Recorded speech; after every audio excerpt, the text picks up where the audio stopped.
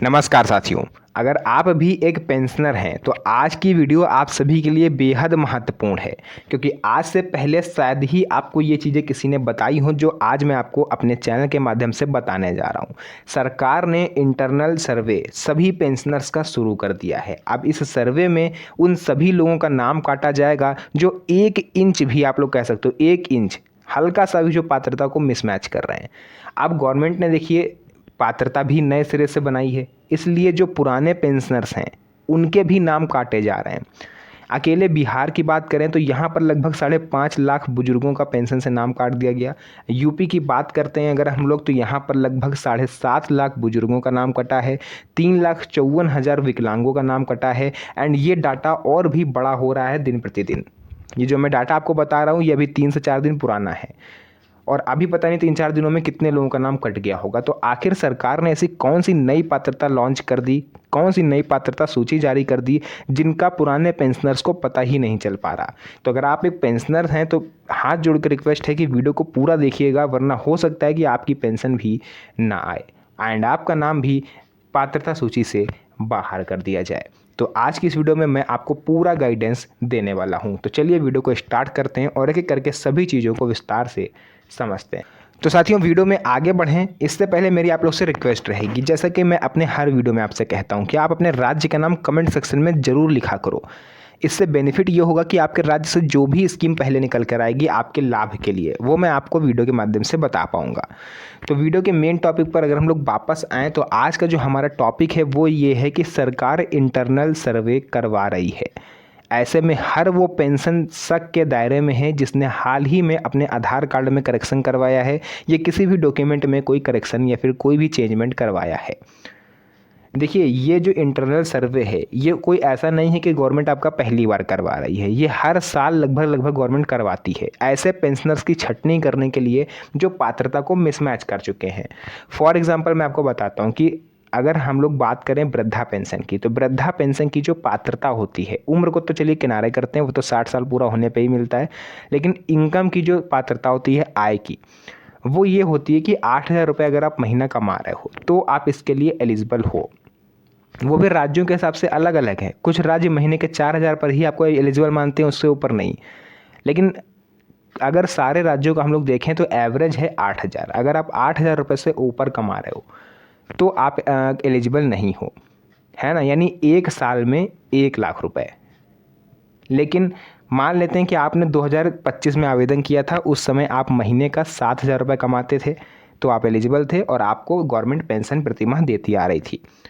ठीक, अब क्या हुआ, अब आपका इनकम ऑफ सोर्स बढ़ गया, आप जहाँ भी काम कर रहे थे वहाँ आपका प्रमोशन हो गया, वहाँ 7 की जगह आपको 10,000 रुपये मिलने लगे। लेकिन आपने क्या करा, पेंशन को बंद नहीं करवाया, जबकि आप पात्रता सूची से ऊपर निकल चुके हो। जो एलिजिबिलिटी थी वो 8,000 की थी, आप करंट टाइम में 10,000 पा रहे हो, लेकिन आपने पेंशन बंद नहीं करी। ऐसे लोगों पर गवर्नमेंट सख्ती कर रही है। अब आप ये मत सोचिएगा कि काम हम कर रहे हैं, गवर्नमेंट को कैसे पता चलेगा कि हम इतना पैसा कमा रहे हैं। देखिए, गवर्नमेंट से आजकल कुछ छुपा नहीं है। जहाँ पर भी आप जॉब कर रहे हो अपने आधार कार्ड वहाँ पर लगाया होगा, और एंड आधार कार्ड से आजकल सब कुछ पता चल जाता है। आप पैसा आएगा वो आपके बैंक में ही आएगा ना। हाँ, वो चीज़ अलग है, आप ऑफलाइन ले लेते हो पर डे के हिसाब से, या मजदूरी कहीं आप कर रहे हो पर डे ले लिया, तो वो किसी को क्या ही पता चलेगा। लेकिन ऐसे लोग के ऊपर खतरा और भी ज़्यादा मंडरा रहा है जिनका पैसा, उनकी नौकरी का ऑनलाइन उनके खाते में आता है। तो गवर्नमेंट पूरा रिकॉर्ड रखती है और ऐसे लोगों पर सख्ती करके उनका नाम हटाया जा रहा है। तो ये तो एक एग्जाम्पल मैंने दिया। अब मैं बात यहाँ पर करूँगा कि इंटरनल सर्वे में गवर्नमेंट क्या क्या चेक कर रही है एंड उससे किस तरह से आप बच सकते हो। तो देखिए, गवर्नमेंट यहाँ इंटरनल सर्वे में हर एक चीज़ की जांच कर रही है। नंबर 1 पर उम्र की, नंबर 2 पात्रता, नंबर 3 जो आपका इनकम ऑफ सोर्स है ना, क्या इनकम ऑफ सोर्स है आपका, है ना। एंड नंबर 4, आपने आवेदन किस जगह से करा था, ऑनलाइन करा था या ऑफलाइन करा था। तो यहाँ पर नंबर 1 से स्टार्ट हम लोग करते हैं कि गवर्नमेंट आपकी उम्र की जांच कर रही है। यानी विधवा पेंशन धारक अगर आप हैं तो उम्र 18 से 40 है, कुछ राज्यों में 18 से 60 है ना। एंड अगर आप ओल्ड एज पेंशन का लाभ ले रहे हो तो उम्र 60 साल कंप्लीट मानी जाती है। यानी अगर 1 महीना भी आप कम हो 60 साल पूरा होने में तो आप एलिजिबल नहीं हो। लेकिन बहुत सारे लोगों ने SIR वेरिफिकेशन के दौरान आधार कार्ड में डेट ऑफ बर्थ चेंज करवाई। कुछ लोगों ने जानबूझ के फ्रॉड करवाया। 58 साल के थे, उन्होंने फर्जी दस्तावेजों से 60 साल करवा लिया अपना, ताकि हमें पेंशन मिलने लगे। तो ऐसे लोगों पर सरकार की नज़र है। आप भी सुन लीजिए, अगर आपने पिछले 3 से 4 सालों में आधार कार्ड में कोई भी करेक्शन करवाया है 2020 के बाद, तो आप सरकार की जांच के रडार पर हो एंड आपका कागज़ जो है गवर्नमेंट चेक कर रही है। ज़रूरत पड़ी तो वो आपके घर पर आकर के भी चेक कर सकते हैं, फिजिकल वेरिफिकेशन कर सकते हैं, अदरवाइज़ आपके डॉक्यूमेंट से ही काम हो जाएगा, है ना। दूसरे नंबर पर वो लोग आते हैं जो फर्जी तरीके से इस चीज़ का लाभ लेते हैं। जैसे दिव्यांग पेंशन धारकों की बात करें, 40% विकलांग होते हैं, लेकिन 70 से 80% तक विकलांगता का सर्टिफिकेट बनवाते हैं पैसे दे करके, ताकि पेंशन थोड़ी ज़्यादा मिल सके। विधवा स्त्रियां जिनकी शादी हो गई है, पुनर्विवाह उन्होंने कर लिया, लेकिन फिर भी वो विधवा पेंशन का लाभ ले रही हैं। तो अभी ऐसे लोग मध्य प्रदेश में भी पकड़े गए हैं, इंदौर में, एंड हो सकता है नेक्स्ट नंबर आपका हो। तो भैया सावधान हो जाइए, अगर आप फर्जी तरीके से पेंशन ले रहे हो ना, तो आप कानून की जद में आ सकते हो। गंभीर मामलों में आपको जेल भी हो सकती है। तो सबसे पहला एक काम करिए, अपने राज्य की पात्रता सूची चेक करिए पेंशन की। अगर आप विधवा पेंशन धारक हैं तो डालिए विधवा पेंशन धारक एलिजिबिलिटी, यानी पात्रता अपने राज्य की, जो भी आपका राज्य है। आपके सामने लिस्ट आ जाएगी, उससे मैच करिए। अगर हल्का सा एक पॉइंट भी मिसमैच है तो पेंशन तुरंत सरेंडर कर दीजिए या लेना बंद कर दीजिए, क्योंकि अगर आप फिर भी पेंशन लेते रहें तो फिर कानून आपसे वसूली करेगा, एंड वसूली अगर आप पैसे नहीं दे पाओगे तो आपको जेल तक जाना पड़ सकता है ना। तो ये चीज़ आपको समझ में आ गई। तीसरे नंबर पर आता है आपका आय।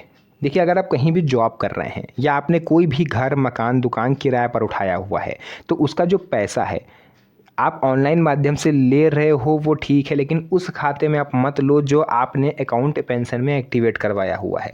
फॉर एग्जांपल मान लेते हैं स्टेट बैंक ऑफ इंडिया में आपका खाता खुला हुआ है और एंड उसी खाते में आपकी पेंशन आती है, एंड आप जो किराया ले रहे हो या फिर कहीं जॉब की जो सैलरी आ रही है वो भी आपकी उसी खाते में आ रही है, तो यहाँ पर दिक्कत हो सकती है और आपका नाम लिस्ट से गायब हो सकता है। आपको पैसा लेना है किसी दूसरे खाते में ले सकते हो, लेकिन ये गलती मत करना आप लोग, क्योंकि दूसरे खाते में लोगे फिर भी आप आधार कार्ड तो लगाओगे ही ना, गवर्नमेंट को सब पता चल जाएगा। मेरी रिक्वेस्ट ये है कि अगर आप एलिजिबल नहीं हैं तो कृपया करके पेंशन छोड़ दें, सरेंडर कर दें, अदरवाइज़ गवर्नमेंट आपसे वसूली कर सकती है। इसको हल्के में मत लीजिएगा या ये सोचने की भूल मत करिएगा कि गवर्नमेंट को पता कैसे चलेगा। आजकल गवर्नमेंट को सब पता चल जाता है भाई साहब। अभी मैं आपको अपने यूपी का किस्सा बता रहा हूँ। यहाँ पर 1300 महिलाएं एक क्षेत्र में पकड़ी गई हैं। पुनर्विवाह उनका हो गया था, लेकिन फिर भी वो पेंशन ले रही थी।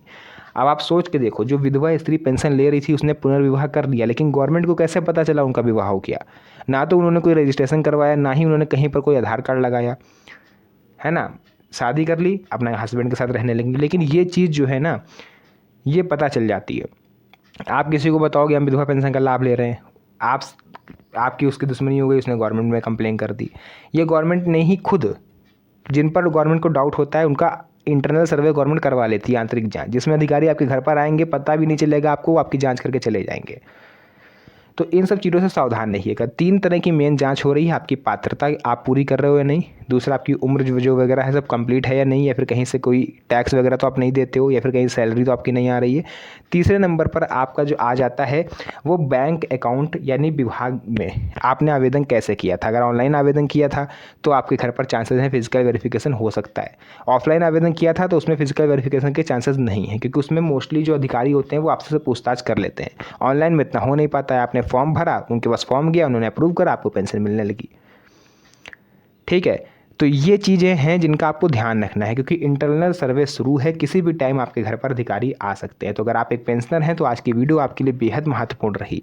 इस वीडियो को अपने यार दोस्तों और रिश्तेदारों के साथ शेयर करिए, ताकि उन्हें भी इन चीज़ों के बारे में पता चले। तो आज के लिए बस इतना ही, फिर से मुलाकात होगी आप सभी से एक और नई मज़ेदार वीडियो में। तब तक के लिए धन्यवाद। जय हिंद।